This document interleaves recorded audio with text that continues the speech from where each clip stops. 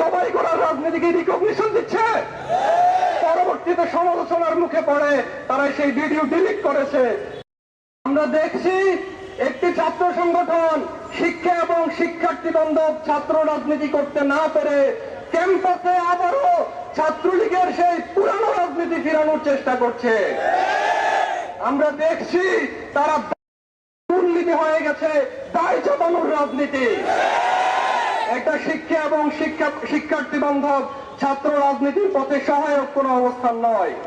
আমরা ছাত্র সংসদ নির্বাচনের কথা বলেছি, কিন্তু দুঃখের সাথে দেখছি এক একটা ক্যাম্পাসে কিভাবে ছাত্রদল ছাত্র সংসদ নির্বাচনকে ভণ্ডুল করে দেওয়ার প্রচেষ্টা চালাচ্ছে।